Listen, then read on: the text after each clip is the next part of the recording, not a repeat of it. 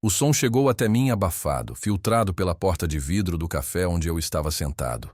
Eram risadas, mas não do tipo genuíno e caloroso que aquece a alma. Era o tipo de risada que carrega pontas afiadas, um som de escárnio disfarçado de camaradagem. Eu conhecia bem aquele som. Era a trilha sonora da minha amizade com Bruno, Mariana e Tiago. É sério, não dá para levar o Lucas. A voz de Bruno, sempre um pouco alta demais, cortou o murmúrio do ambiente. Imagina ele em Trancoso, contando centavos para tomar uma cerveja na praia, ia estragar todo o clima. Mariana, com sua risada que soava como sininhos de vidro quebrando, acrescentou: Coitado, gente. Ele ia ter que vender um rim para pagar o jantar no Capim Santo. Vamos ser realistas, essa viagem não é pro bolso dele. Tiago, o mais quieto do grupo, mas sempre cúmplice no deboche, finalizou: Já falei com o hotel, o pacote é para 4 pessoas. A gente diz que ele teve um imprevisto de última hora. Ele entende, ele sabe que está sem dinheiro. Eu estava do lado de dentro, a apenas alguns metros deles, observando-os através do vidro manchado de chuva. Eles estavam na varanda, achando que eu ainda estava no banheiro. Eu tinha voltado e me sentei em silêncio, paralisado. Cada palavra foi um pequeno caco de vidro se alojando no meu peito. Sem dinheiro. Coitado. Estragar o clima. Eles não estavam apenas me excluindo. Estavam me julgando, me diminuindo, transformando minha vida e minhas escolhas em uma piada de mau gosto para temperar o café caro deles. A garçonete se aproximou da minha mesa. O senhor deseja mais alguma coisa? Ela perguntou, sua voz me tirando do transe. Olhei para a xícara de expresso vazia na minha frente, depois para os rostos sorridentes do lado de fora. Bruno gesticulava animadamente, provavelmente descrevendo a suíte com vista para o mar que eles haviam reservado. Um nó se formou na minha garganta, uma mistura de fúria e uma tristeza profunda e gelada. Levantei-me, deixei uma nota de R$ 20 na mesa, mais do que o suficiente para o café, e caminhei em direção à saída, passando direto por eles. E aí, cara, já estamos indo, disse Bruno, percebendo minha aproximação. Só finalizando os detalhes da viagem. Pena que você não pode ir. Ele disse isso com um falso tom de compaixão, o mesmo que usava quando me oferecia roupas velhas de grife que não queria mais. Mariana e Tiago me deram sorrisos igualmente piedosos. Eu parei e olhei para cada um deles, um por um. Por um instante quis gritar. Quis jogar na cara deles todas as vezes que os ajudei, todas as noites que passei como seu motorista da rodada, todos os conselhos que dei, todos os segredos que guardei. Mas não o fiz. Em vez disso, abri o sorriso mais calmo e controlado que consegui. Não se preocupem comigo, eu disse, minha voz surpreendentemente firme. Tenho certeza de que vocês se divertirão muito. Aproveitem Trancoso por mim. Virei as costas e fui embora, sem olhar para trás, sentindo seus olhares confusos nas minhas costas. Enquanto caminhava pela rua movimentada, a chuva fina começando a molhar meu casaco, a dor inicial começou a se transformar em outra coisa. Não era mais tristeza. Era uma resolução fria e cortante. Eles achavam que me conheciam. Achavam que podiam me colocar em uma caixinha rotulada como o amigo pobre e gente boa. Eles não faziam ideia do erro que tinham acabado de cometer. O jogo não tinha acabado. Na verdade, ele estava apenas começando. Minha amizade com aquele trio começou na faculdade, há quase 10 anos. Éramos um grupo improvável. Eu, o estudante de engenharia focado e de família humilde, e eles, os herdeiros de sobrenomes conhecidos da cidade, cujas maiores preocupações eram qual festa ir no fim de semana e como evitar as aulas de cálculo das 8 da manhã. No início, a dinâmica funcionava. Eu os ajudava com os estudos e eles me incluíam em seu círculo social vibrante, me apresentando a um mundo de privilégios que eu só via nos filmes. Com o passar dos anos, nossas vidas seguiram caminhos drasticamente diferentes. Bruno entrou para a empresa de importação do pai, Mariana se tornou uma influenciadora digital com foco em viagens de luxo e Tiago... Bem, Tiago continuava sendo o Tiago, vivendo da generosa mesada da família. Eu, por outro lado, segui um caminho diferente. Consegui um emprego excelente em uma multinacional de tecnologia logo após a formatura. Viajei o mundo a trabalho, acumulei uma quantidade obscena de milhas aéreas e bônus e construí uma poupança sólida. Eu poderia ter comprado o carro do ano, o apartamento na cobertura, o relógio suíço. Mas essa vida nunca me atraiu. Há 3 anos pedi demissão. Decidi usar meu conhecimento e minhas economias para abrir minha própria consultoria de TI, focada em ajudar pequenas empresas e ONGs. Era um trabalho que me preenchia, que tinha um propósito, mas não vinha com o glamour ou o contra-cheque de 6 dígitos da minha vida anterior. Foi essa decisão que selou meu destino aos olhos dos meus amigos. Para eles, minha escolha foi um rebaixamento. Eu havia trocado um cargo de prestígio por um trabalhinho. Abandonei a segurança corporativa para me tornar um autônomo sonhador. Minha frugalidade, que sempre foi parte de quem eu sou, passou a ser vista como uma prova irrefutável da minha nova e precária situação financeira. Eu não trocava de celular a cada lançamento. Meu carro era um modelo de 5 anos atrás, perfeitamente funcional. E eu preferia 1000 vezes um jantar caseiro a gastar R$ 500 em um restaurante da moda. Eles não entendiam que eu não fazia isso por necessidade, mas por princípio. Eu estava investindo cada centavo extra na minha empresa, na minha futura casa, na minha liberdade. A condescendência era sutil no início. Lucas, você precisa se cuidar melhor. Essa sua camisa já está meio gasta, dizia Mariana, enquanto exibia uma bolsa nova que custava mais que o meu aluguel. Cara, por que você não troca esse carro? Pega mal para sua imagem profissional, aconselhava Bruno, batendo a chave do seu BMW na mesa. Eles me ofereciam pagar a conta nos jantares com uma magnanimidade ofensiva, como se estivessem fazendo caridade. Eu suportava tudo com um sorriso paciente. Eu ainda via neles os jovens com quem dividi sonhos e medos nos corredores da universidade. Eu era o amigo leal, o porto seguro. Fui eu quem consolou Mariana quando seu primeiro relacionamento sério terminou. Fui eu quem buscou Bruno na delegacia às 3 da manhã depois de uma briga de bar. Fui eu quem ajudou Tiago a montar seu primeiro plano de negócios, que ele abandonou 2 semanas depois. Eu era o pilar de bom senso em meio ao caos de suas vidas privilegiadas. Mas gradualmente percebi que meu papel havia mudado. Eu não era mais um amigo, era um acessório. O amigo humilde que os fazia se sentirem mais generosos, mais bem-sucedidos, mais evoluídos em comparação. A ideia da viagem para Trancoso surgiu há 2 meses. Mariana havia conseguido uma parceria com um hotel boutique 5 estrelas e queria comemorar seu aniversário lá. O entusiasmo no grupo de WhatsApp era palpável. Fotos do hotel, links para restaurantes, planos para festas em clubes de praia. Eu participei da conversa, mas com uma sensação de estranhamento. O custo da viagem, mesmo com o desconto de Mariana, era exorbitante. Passagens aéreas, hospedagem por 1 semana, alimentação, festas. A conta facilmente passaria dos R$ 15.000 por pessoa. E aí, Lucas, vai encarar ou vai amarelar? Bruno provocou no grupo. Estou vendo aqui, pessoal. O fim de ano é sempre corrido na consultoria. Desconversei. A verdade é que eu poderia pagar. Poderia pagar a viagem para todos eles, se quisesse. Mas a ideia de gastar o valor de um projeto inteiro da minha empresa em 1 semana de ostentação me revirava o estômago. Aquilo ia contra tudo em que eu acreditava. Minha hesitação foi o suficiente para que eles tirassem as próprias conclusões. As conversas sobre a viagem começaram a migrar para um subgrupo, do qual eu, obviamente, não fazia parte. O planejamento continuou sem mim. E então, veio aquele encontro no café. A conversa que eu não deveria ter ouvido.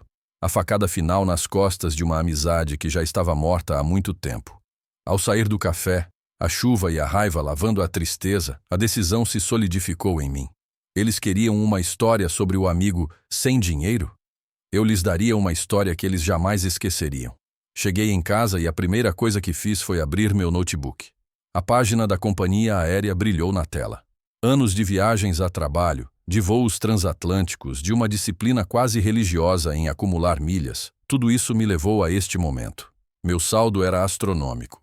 Eu poderia voar para a Europa na primeira classe e ainda sobraria o suficiente para dar a volta ao mundo. Uma risada fria escapou dos meus lábios. Eles, com todo o seu dinheiro herdado, pagariam caro por suas passagens em classe econômica. Eu voaria de graça, com direito a champanhe e assento que vira cama. O ponto de virada não foi apenas a decisão de ir, foi a percepção do poder que eu tinha em minhas mãos.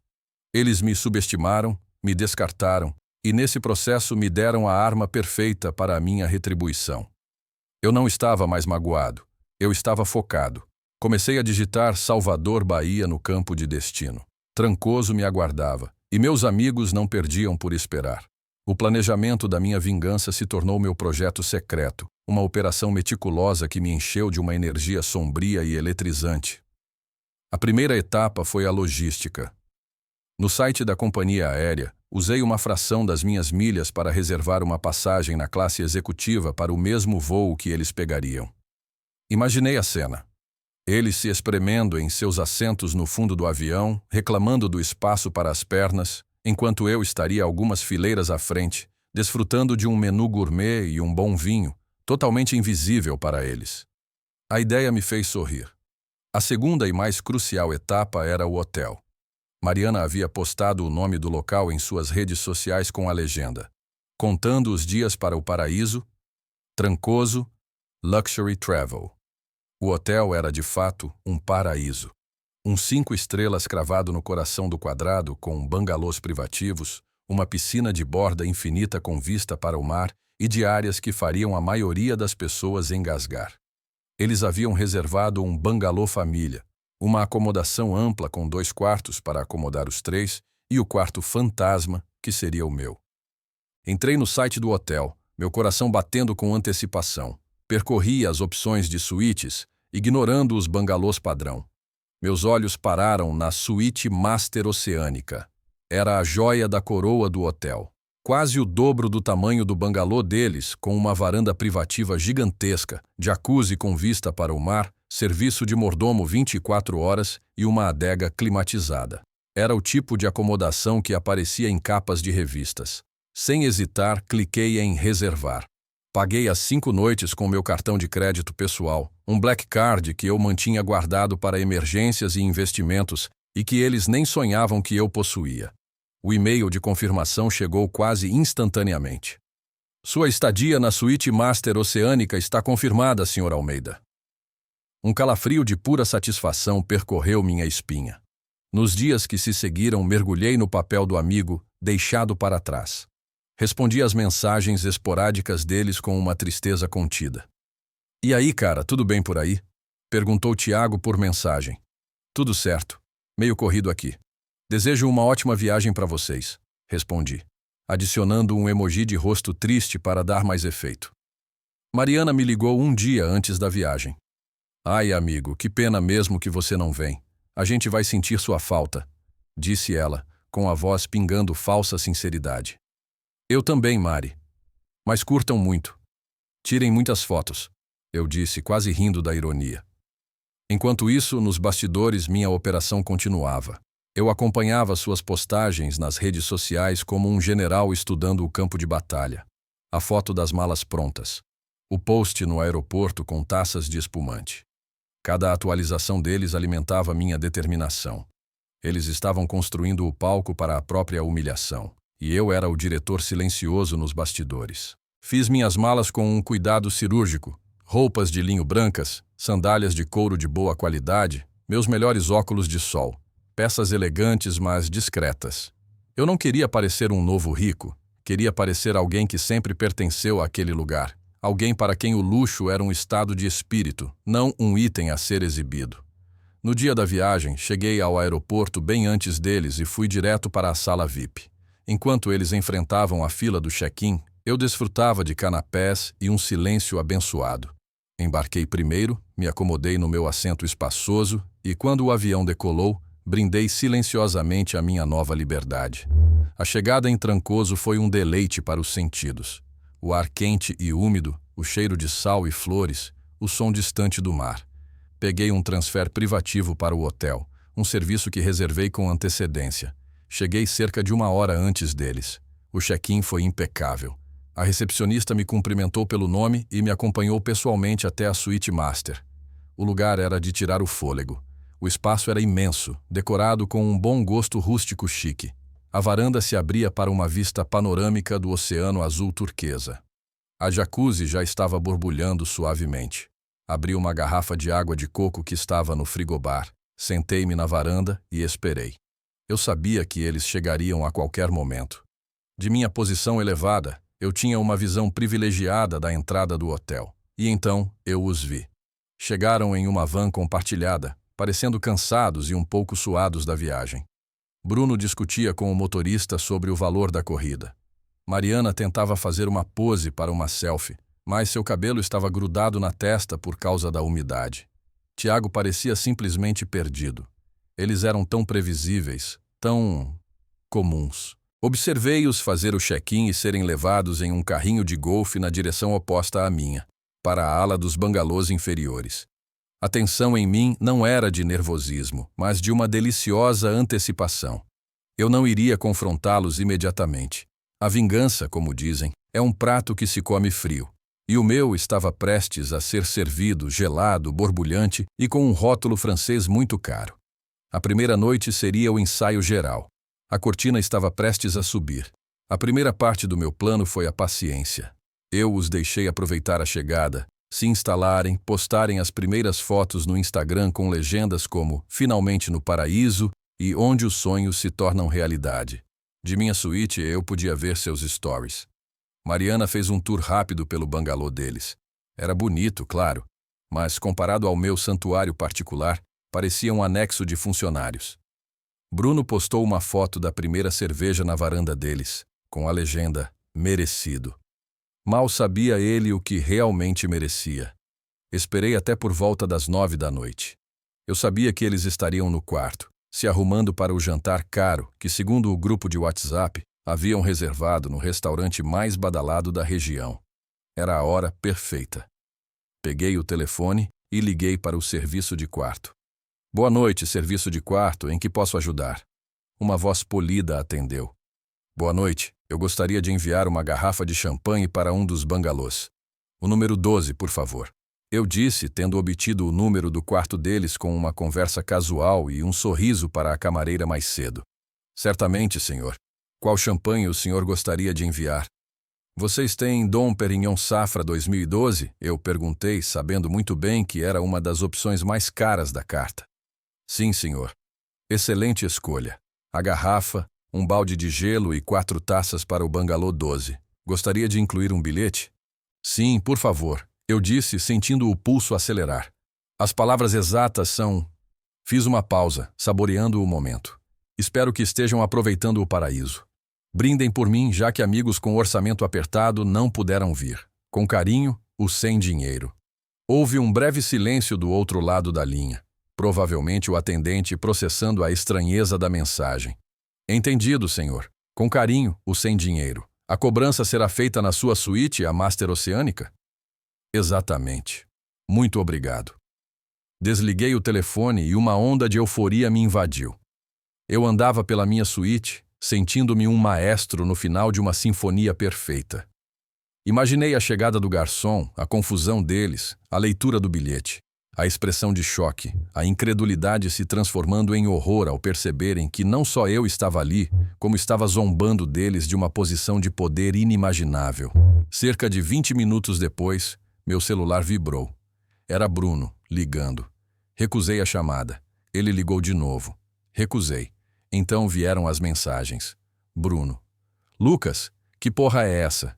Tiago. "Cara, isso é algum tipo de piada?" Mariana. "Lucas, onde você está? A gente precisa conversar. Isso não tem graça." Ignorei todas elas. Em vez de responder, vesti minha melhor camisa de linho, borrifei um pouco de um perfume discreto e caro e desci para o bar da piscina, o lugar mais visível e central do hotel. Pedi um Negroni, meu coquetel favorito, e me acomodei em uma poltrona confortável com um livro, como se não tivesse nenhuma preocupação no mundo. E então, eles apareceram. Não estavam mais vestidos para o jantar. Estavam com as roupas da viagem, os rostos pálidos e os olhos arregalados, procurando freneticamente ao redor. O olhar de Bruno encontrou o meu primeiro. Ele parou abruptamente, como se tivesse batido em uma parede de vidro. Ele cutucou Mariana e Tiago, apontando na minha direção. Os 3 se aproximaram da minha mesa, hesitantes, como se eu fosse uma aparição. "Lucas", gaguejou Mariana. "O que? Como?" Eu lentamente baixei meu livro, marquei a página e olhei para eles. Meu rosto era uma máscara de calma e indiferença. "Ah, oi, pessoal. Que coincidência encontrar vocês aqui", eu disse. meu tom casual e um pouco surpreso. Coincidência? O champanhe, o bilhete? Bruno conseguiu dizer, a voz misturada com raiva e confusão.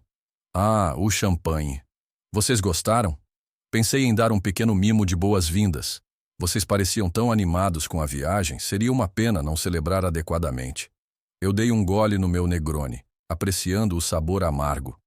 Mas como você está aqui? E... nesse hotel? Tiago perguntou, finalmente encontrando a voz. A gente pensou que você estava sem grana. Foi a deixa que eu esperei. Inclinei-me para a frente, colocando meu copo na mesa com um clique suave. Isso é o engraçado sobre o que as pessoas pensam. Eu disse, minha voz baixando para um tom frio e preciso. Vocês pensaram que eu era o amigo pobre e coitado. Vocês pensaram que podiam me descartar porque eu não me encaixava na sua imagem de sucesso. Vocês pensaram que me conheciam. Levantei-me, ficando na altura deles. A verdade, meus caros amigos, é que vocês não sabem nada sobre mim. Vocês só sabem sobre o que o dinheiro do papai pode comprar.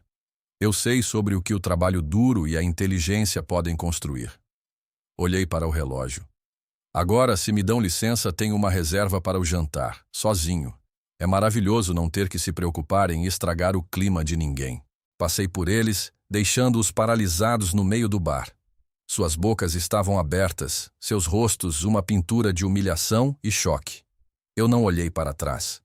Enquanto caminhava sob o céu estrelado de Trancoso, em direção ao som suave das ondas, eu não sentia mais raiva, nem mesmo satisfação.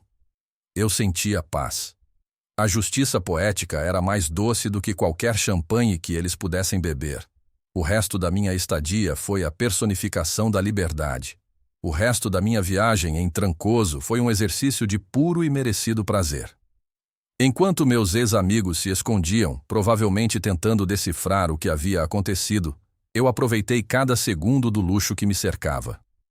Passei as manhãs na minha varanda privativa, tomando café da manhã trazido pelo meu mordomo, lendo os livros que eu nunca tinha tempo para ler. As tardes eram na piscina de borda infinita, com um coquetel na mão, ou explorando as praias desertas que ficavam a uma curta caminhada do hotel. Eu os via de vez em quando como espectros assombrando o paraíso que eles tanto desejaram. Eles andavam em grupo, as cabeças baixas, falando em sussurros. Evitavam os lugares onde eu estava. Se eu ia para a piscina, eles iam para a praia. Se eu estava no bar, eles ficavam no quarto.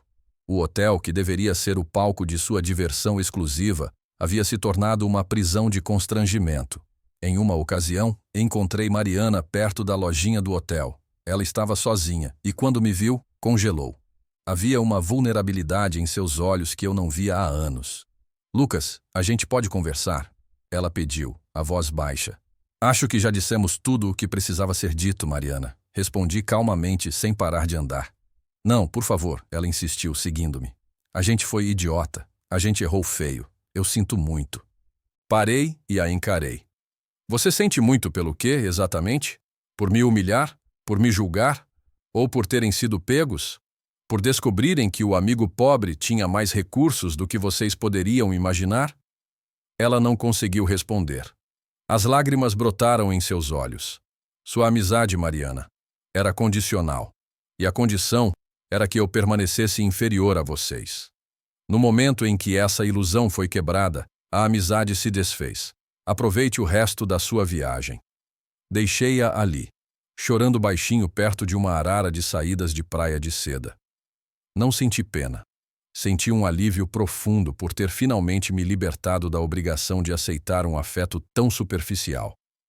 No meu último dia, decidi encerrar minha obra-prima. Fiz o check-out ao meio-dia, mas meu voo era apenas à noite. Paguei por um late check-out, o que me permitiu ficar na suíte até às 6 da tarde. Eles, eu sabia, teriam que deixar o bangalô ao meio-dia e esperar por horas no lobby. Por volta das 2 da tarde, enquanto eu relaxava na minha jacuzzi com vista para o mar, liguei para eles de um número privado. Bruno atendeu, a voz cautelosa. Alô? Bruno, é o Lucas, eu disse. Houve um silêncio chocado. O que você quer? Só um aviso amigável. Estou deixando um presente de despedida para vocês na recepção. Acho que é algo que vocês vão apreciar. E desliguei. O presente era uma conta. Uma fatura detalhada, impressa em papel timbrado do hotel que eu pedi para a recepção preparar. Listava o custo da garrafa de Dom Perignon com a observação: cortesia do sem dinheiro. E abaixo, o valor total da minha estadia na suíte Master Oceânica, com a nota: para referência futura sobre o custo de subestimar as pessoas certas. Deixei o envelope com o concierge. Peguei meu transfer privativo para o aeroporto e embarquei no meu voo de volta, na primeira classe, sentindo-me mais leve do que nunca. Bloqueei seus números de telefone antes mesmo de o avião decolar. Eu não precisava de suas desculpas forçadas ou tentativas de reconciliação. A amizade deles era um navio que já havia afundado há muito tempo. Eu apenas parei de tentar resgatar os destroços. De volta à minha vida, um novo senso de propósito me guiava. A energia que eu antes gastava tentando me encaixar em um grupo que não me valorizava, agora era toda canalizada para o meu trabalho e para mim mesmo. Minha consultoria floresceu. Fechei 2 grandes contratos nas semanas seguintes, o que me permitiu finalmente dar a entrada na casa dos meus sonhos. Eu não mudei meu estilo de vida.